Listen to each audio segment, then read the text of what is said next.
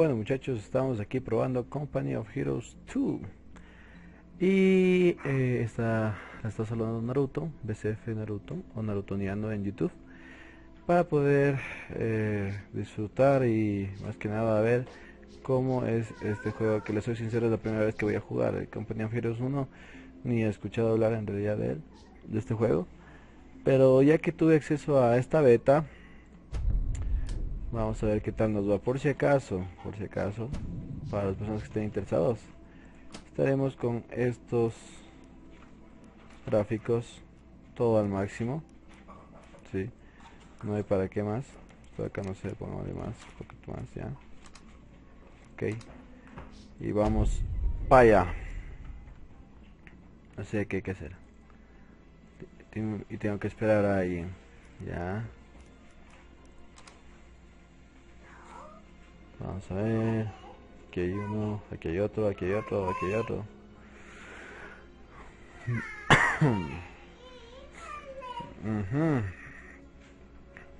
Me voy a saltar esta parte, ¿ok? Ya que voy 2 días esperando que alguien se una. Bueno, no 2 días, 2 minutos. Y nadie se une. Vamos a jugar aunque sea el tutorial, ¿sí? Para que veamos que nada cómo se maneja, ¿no? No sé, vamos a cover, jugar, quiero jugar. Concha la lora.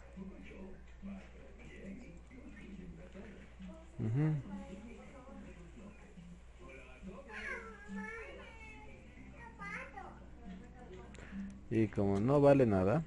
Our soldiers faced temperatures below -40 on their drive to Moscow, and few human beings can operate effectively in those temperatures. Unless you prepare for the arrival of General Winter, your soldiers will suffer for your failures and die of exposure. In the open, your troops will suffer from the effects of cold. They will slow down and eventually die.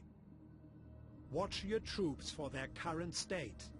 A blue thermometer indicates freezing. A red indicates warming.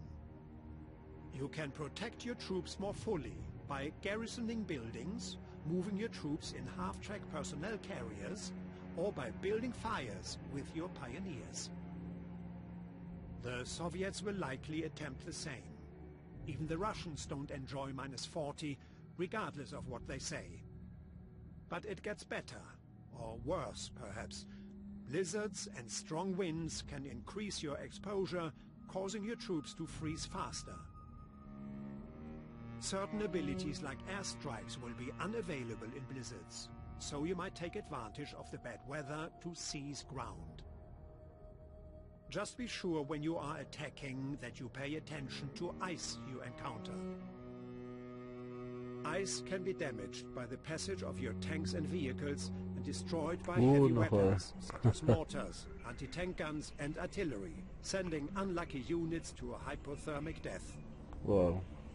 Watch for deep snow around the battlefield. Cross it if you must, but be aware that it will slow your troops.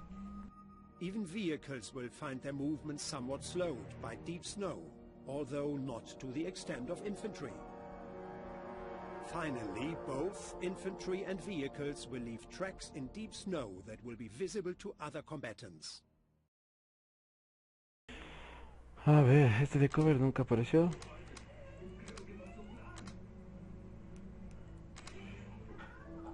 For your infantry, cover can often mean the difference between victory or death. Almost every object you encounter on the battlefield will provide some level of protection for your troops. There are many types of cover on the battlefield. Most cover your infantry will encounter early in the game is directional cover. You must keep cover between yourself and your enemy. Craters, on the other hand, protect your troops from any direction. Secondly, different cover types have different levels of durability and protection. A stone wall offers better protection than a wooden fence. When you have a squad selected, the mouse cursor will indicate the quality and distribution of cover on the battlefield. Light cover is represented by a yellow shield. Heavy cover is represented by a green shield. When you find your enemies in cover, you should fall back on simple military training. Use weapons like grenades or other explosives to dislodge your opponent. Lol, find the hole. Units in cover have defensive bonuses and are difficult to attack from the front. Flanking the position and getting into close range will negate the cover bonus and even the odds. Use your infantry's ability to vault to find new flanking routes, or take shortcuts for faster flanking attacks. Flanking is also a great tactic to use against enemy armor, where you can get shots on the lighter, side and rear armor. Always look for opportunities to flank the enemy, and always try to protect your flanks. You will undoubtedly hear a lot of F words on the battlefield, but the most important one is flank. Pobrecito, estaba acorralado. Bueno, vamos a la siguiente. Your pioneers are experts at building structures and defenses. Soviet forces are supported by their combat engineers. In addition, some infantry squads can also build defenses and other structures. Pioneers and combat engineers can repair buildings, vehicles and bridges. Build menus can be found on the command panel of the unit. There are two types: production buildings and field defenses. Production buildings will be able to order in the soldiers and vehicles that comprise your army. Field defenses prevent the enemy from moving freely around the battlefield. Order your pioneers to build a structure from the list. Not all areas of the map will support the construction of a building. While the building is selected, if you want to cancel the order, simply right-click anywhere and it will cancel the selection. To confirm the order, simply left-click on a valid territory, and the squad will move to begin construction. Certain structures, like bunkers, must be faced to cover key objectives. These buildings will show you their direction of facing. Face it in the direction you want with a mouse and left-click again to confirm. You can cancel a structure under construction at any time by selecting the Cancel Construction button in the command panel. When a building is completed, it will also activate a selection tab above the command card. You can select buildings from this location from anywhere and order units, set rally points, or see what is currently in the queue waiting to be deployed. Wow, me está gustando este juego. Es un juego de estrategia a la Warcraft, se podría decir. Es un RPG.